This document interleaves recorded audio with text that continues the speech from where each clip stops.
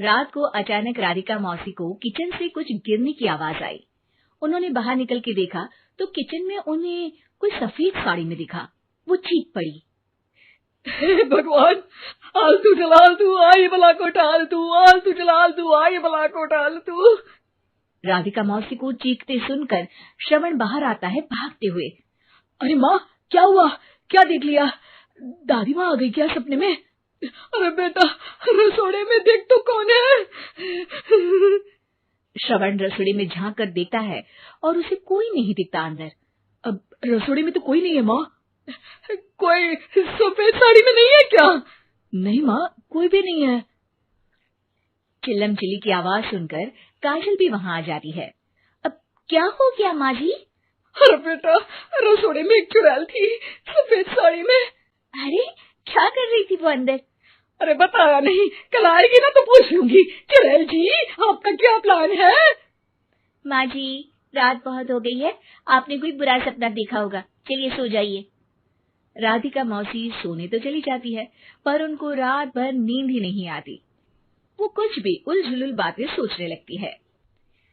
कहीं चुड़ैल की वजह से तो घर में टेंशन नहीं हो रहा, कहीं उसी की वजह से तो वो दादी नहीं बन पा रही। सुबह जब राधिका मौसी रसोड़े में छानबीन करती है तो पाती है कि नींबू का अचार गायब है। चुड़ैल नींबू का अचार ले गई, मुझे तो ठीक नहीं लग रहा कुछ।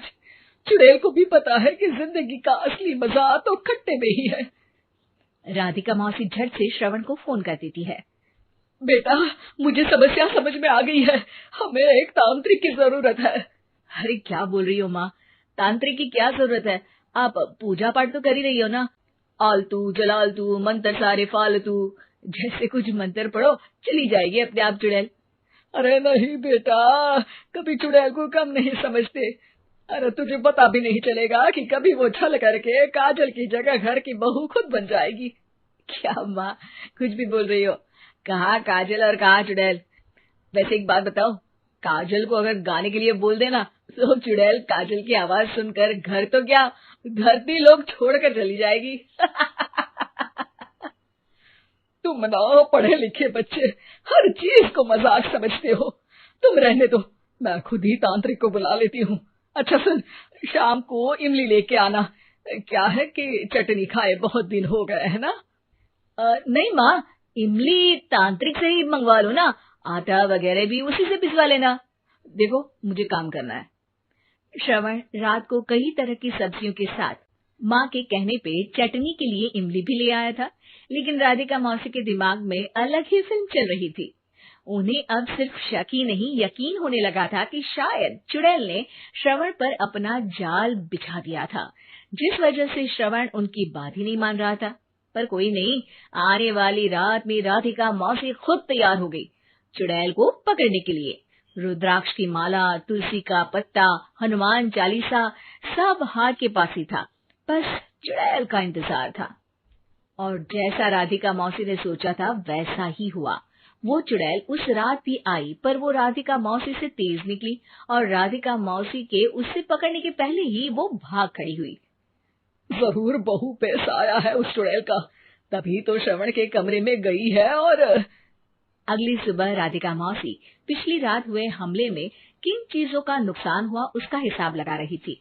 उनके खेमे से एक आम के अचार की शीशी भी गायब हो चुकी थी और वो इमली भी जो कल श्रवण लेकर आया था। राधिका मौसी इस बारे में सोच ही रही थी कि श्रवण जल्दी से रसोड़े में आकर दवाइयों की पोटली ढूंढने लगता है। अरे बेटा, क्या हो गया? अब माँ, वो काजल की तबीयत खराब है, बहुत घबराहट हो रही है उसे। हे भगवान, मैंने पहले ही कहा था कि तांत्रिक को बुला लेते हैं, पर नहीं। अब देखो, उस चुड़ैल ने काजल को अपने वश में करना शुरू भी कर दिया है। हालांकि श्रवण भूतों में विश्वास नहीं करता था, पर अब वो भी डर जाता है और राजी हो जाता है एक तांत्रिक को बुलाने के लिए। कुछ ही घंटों में तांत्रिक आ जाते हैं और राधिका मौसी तांत्रिक जी को सब बता देती है। घोर संकट, घनघोर संकट, चुड़ैल को मारू जोर चाकट, ओम भट स्वाहा खटखा के आहा। अरे ये क्या मंत्र है? मेरे खुद के ओरिजिनल मंत्र है, कल रात को ही लिखे हैं। अच्छे लगे तो दाद चाहूंगा। एक और मंत्र सुनो, अर्ज किया है, आब्राकडाब्रा, दिल्ली, बम्बई, आगरा, चंदा मामा सोवरले, सिरनमा मुजारा। ये मंत्र है? अरे कोई चालीसा वालीसा पढ़ो ना। वक्त कम है, 40 नहीं पड़ेंगे, 20-25 में काम चलाना पड़ेगा। अलग निरंजन जाके लंदन, मुफ्त का मंजान घिस मेरे नंदन। अरे जल्दी करो तांत्रिक जी, जल्दी करो। तांत्रिक अपने उल झलूल मंत्र पढ़ने लगता है। श्रवण को तांत्रिक पे शक होता है। वो अपने एक डॉक्टर दोस्त को कॉल कर देता है ताकि कोई अनहोनी हो तो इमरजेंसी में चीजें मैनेज हो जाए। तांत्रिक धुनी रमाता है, जिसकी वजह से कमरे में काफी धुआं हो जाता है और जिसकी वजह से बहू की घबराहट बढ़ जाती है। अब भागेगी चुड़ैल। हाँ। बहू खांसते हुए धुएं से बचने के लिए बाहर चली जाती है। अरे भाग रही है, भाग रही है। पीछे पीछे श्रवण भी जाता है। बहू एक सोफे पर बैठ जाती है। तभी डॉक्टर दोस्त आ जाते हैं और श्रवण को पानी लाने के लिए कहते हैं। थोड़ी चेकअप के बाद डॉक्टर कहते हैं, मेरे हिसाब से जाप का काम पूरा हो गया है। क्या मतलब? अरे कुछ भी नहीं माँ, कोई चुड़ैल नहीं है, खुशखबरी है, अब दादी बनने वाली है। मगर वो सब अचार के डब्बे। श्रवण दोनों अचार के डब्बे अपनी माँ को दिखाता है, जो कि उनके बिस्तर के नीचे छुपे हुए थे। आपने सही बोला था माँ, वो चुड़ैल काजल ही थी जो खट्टा खा रही थी।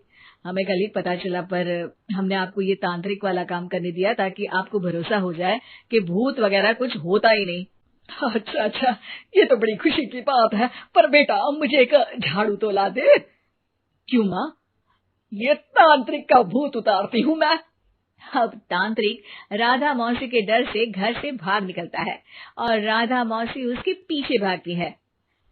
अरे संकट ये घनघोर है, तांत्रिक मुआ चोर है।